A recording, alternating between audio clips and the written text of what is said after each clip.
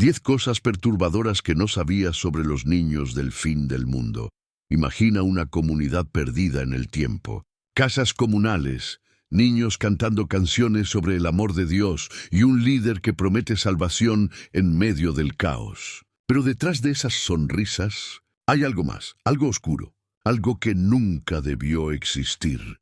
Durante casi 40 años, un grupo conocido como los Niños de Dios, o más tarde, la Familia Internacional, controló la vida de miles de personas en nombre de la fe. Predicaban amor, pero practicaban abuso. Hablaban de pureza, pero escondían corrupción. Y lo más aterrador, lo hacían convencidos de que estaban sirviendo a Dios. En este video conocerás 10 verdades escalofriantes sobre esta secta apocalíptica. 10 fragmentos de una historia real que mezcla manipulación, fanatismo y tragedia humana. Así que apaga las luces, ponte tus audífonos y escucha con atención. Porque lo que estás a punto de oír te hará cuestionar los límites de la fe y la profundidad del horror humano. Antes de comenzar, quiero saber tu opinión. ¿Crees que una persona puede cometer atrocidades si realmente cree que lo hace por amor a Dios? Déjalo en los comentarios.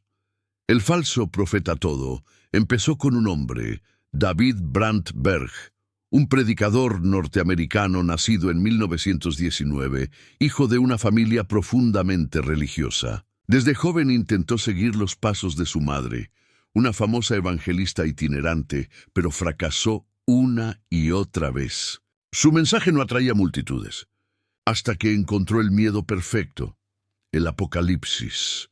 En los años 60, mientras la guerra de Vietnam dividía a Estados Unidos y los jóvenes huían del sistema buscando libertad, Berg vio una oportunidad.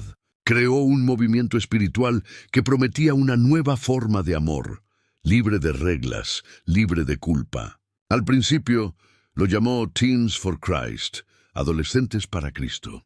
Pero pronto lo rebautizó como los Niños de Dios, convencido de que era un elegido enviado por el mismo cielo. Berg se hacía llamar Padre David o Moisés David.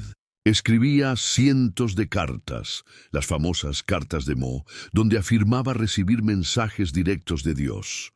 Sus seguidores las copiaban a mano, las memorizaban, las recitaban. Y así, palabra por palabra, se formó el culto más peligroso del siglo XX, Shu. El nacimiento del culto era 1968. El verano del amor había terminado, y la juventud estadounidense se encontraba perdida. En las playas de California, Berg comenzó a predicar entre hippies, músicos y vagabundos. Les ofrecía lo que nadie más les daba: un hogar, comida, cariño y un propósito. Muchos jóvenes sin rumbo se sintieron atraídos por su mensaje. Él hablaba de amor, de unidad, de vivir lejos del sistema corrupto. Pero poco a poco, ese amor se transformó en una prisión invisible. Berg ordenó que todos los miembros cortaran contacto con sus familias. Les dijo que el mundo exterior era del diablo y que solo dentro de la comunidad encontrarían la salvación. Cada seguidor debía entregar todas sus pertenencias al grupo. El dinero, las casas, los autos, todo pasaba a ser propiedad de la familia. Pronto surgieron comunas en todo Estados Unidos. Jóvenes que antes tocaban guitarras en las calles, ahora vivían hacinados, durmiendo en el suelo, rezando y trabajando largas horas para mantener al grupo. La obediencia total era la regla de oro. Desobedecer al profeta era desobedecer a Dios. Amor libre, bajo el nombre de Dios bajo. La apariencia de una comunidad amorosa. Berg introdujo una doctrina perversa. El sexo era una forma de adoración. Predicaba que las relaciones íntimas eran una manera de compartir el amor de Dios. Decía que los celos eran un pecado y que la monogamia era una idea satánica impuesta por el sistema. En las comunas, las parejas eran separadas y reorganizadas según las órdenes del líder. El amor se volvió obligación. Poco a poco, el culto se convirtió en un experimento sexual colectivo. Los miembros debían escribir informes detallados sobre sus encuentros, confesando sus pensamientos más íntimos. Todo era controlado, incluso el placer. Muchos creyeron que estaban siendo purificados, sin saber que estaban siendo manipulados.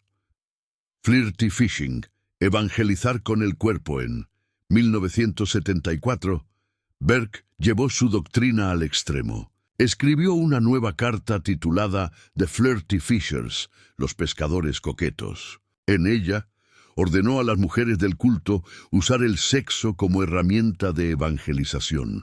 Debían salir a bares, hoteles y aeropuertos para atraer almas perdidas al movimiento. Tener relaciones con hombres desconocidos era considerado un acto sagrado, una ofrenda a Dios. A miles de mujeres se les enseñó que su cuerpo era una herramienta divina. Quienes se negaban eran castigadas, humilladas o acusadas de tener espíritus rebeldes. Algunas de estas jóvenes apenas tenían 15 o 16 años. Durante los años 70, el culto utilizó esta práctica en más de 80 países. Se calcula que más de 300.000 encuentros sexuales fueron reportados como parte de la misión espiritual. Y mientras las mujeres ponían en riesgo su salud y sus vidas, Berg vivía oculto, rodeado de lujos, convencido de que era un nuevo Mesías. El infierno de los niños, sí, hay algo más aterrador que el fanatismo. Es cuando los niños se convierten en víctimas de él. Los hijos nacidos dentro del culto fueron separados de sus padres biológicos. Eran criados colectivamente bajo estrictas reglas y sin contacto con el exterior. La educación era reemplazada por adoctrinamiento religioso. Los castigos eran brutales, golpes, ayunos, aislamiento. Pero lo peor eran las lecciones de amor. Berg comenzó a escribir cartas donde promovía la idea de que los niños eran seres sexuales desde el nacimiento. Instruyó a los adultos a educarlos en el amor físico desde temprana edad. Y lo que siguió fue una ola de abuso sistemático. Niños de apenas 3 o 4 años fueron víctimas de actos indescriptibles. Todo documentado en dibujos, fotos y escritos que circulaban dentro del grupo. El horror se disfrazaba de pureza, el pecado de salvación. 6. El príncipe del culto entre esos niños estaba Ricky Rodríguez, hijo de una de las líderes más cercanas a Berg. Fue criado como el príncipe del movimiento, el sucesor espiritual del profeta. Desde niño fue grabado, fotografiado y presentado como el ejemplo perfecto del nuevo cristiano.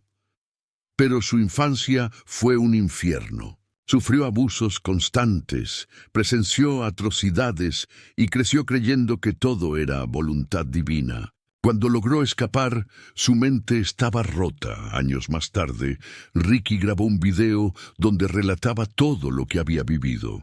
Con voz serena dijo: «Me robaron mi infancia, mi alma y mi fe, y ahora me toca a mí hacer justicia». Pocos días después, asesinó a una de las mujeres que lo había abusado cuando era niño, y luego se quitó la vida. Su historia expuso al mundo lo que muchos querían callar. El dolor que dejó esta secta no terminó con su muerte, solo se hizo más visible. El precio del silencio dentro de las comunas. El control era absoluto. Nadie podía escribir, leer periódicos o escuchar noticias. Los líderes revisaban cartas, diarios y conversaciones. Las dudas eran consideradas posesiones demoníacas. Si alguien cuestionaba una orden, era enviado a centros de rehabilitación espiritual. Allí eran obligados a trabajar sin descanso, a confesar públicamente sus pecados y a pedir perdón frente a todos. Los castigos podían durar semanas. Algunos miembros lograron escapar, pero el miedo los perseguía incluso fuera. Muchos no sabían leer, no tenían documentos ni conocían otra vida fuera del culto. Eran prisioneros mentales, atrapados en un mundo que ya no existía.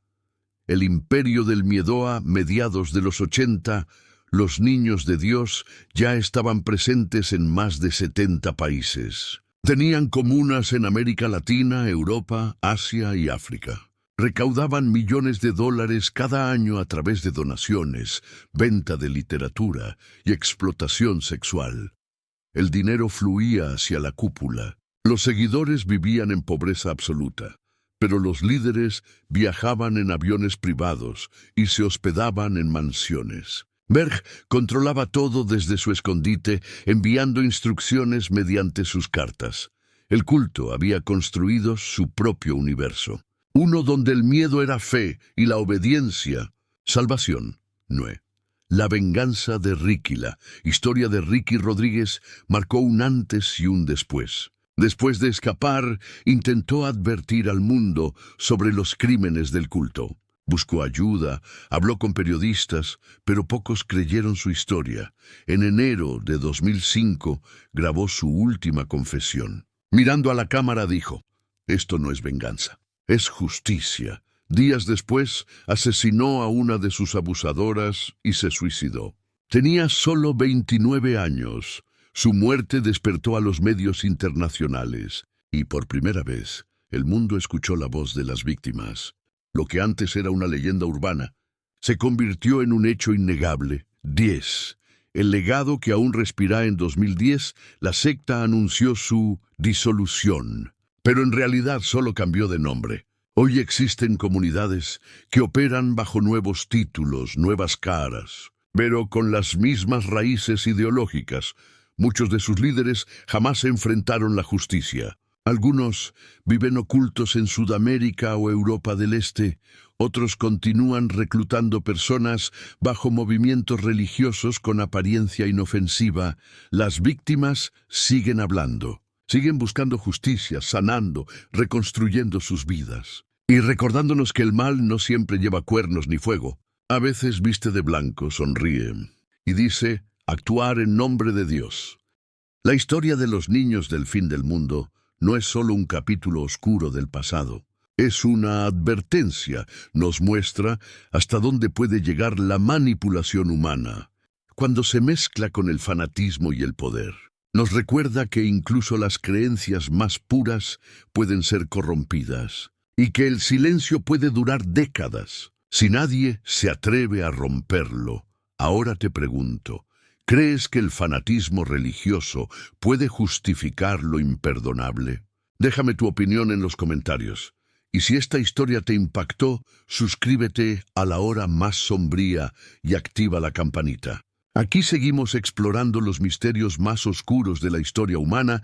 Nos vemos en el próximo episodio. Y recuerda, el mal existe, pero mientras haya fe, siempre habrá luz en medio de la oscuridad.